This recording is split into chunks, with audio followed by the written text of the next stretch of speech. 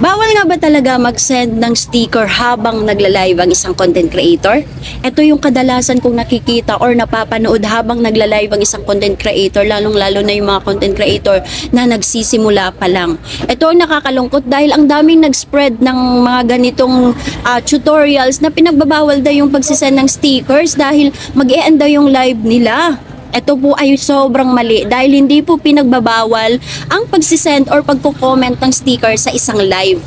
Ito po yung karaniwang dahilan kung bakit nag-end ang live ng isang content creator. Number 1, merong naging technical issue sa Facebook kaya nag-end yung live. Number 2, mahina yung internet nyo, yung speed ng signal nyo is sobrang hina kaya nag-end yung live nyo. Number 3, is problema na talaga ng gadgets or yung cellphone na ginagamit nyo pang live. For example, ang dami nyong application na installed doon sa gadgets na yon or sa tablet, sa cellphone, kaya bumabagal po yung app. At syempre may posibilidad po na mag-automatic end po ang isang application dahil sobrang hina na or sobrang liit na lang ng RAM ng yung phone. So ayan, uulitin ko, hindi po bawal mag-send or mag-comment ng sticker habang nagla-live ang isang content creator. Pero syempre, gawin mo ito ng tama. Kumbaga, wag ka namang mag-send ng sobrang daming sticker na sunod-sunod para maiwasan mo ang comments restriction.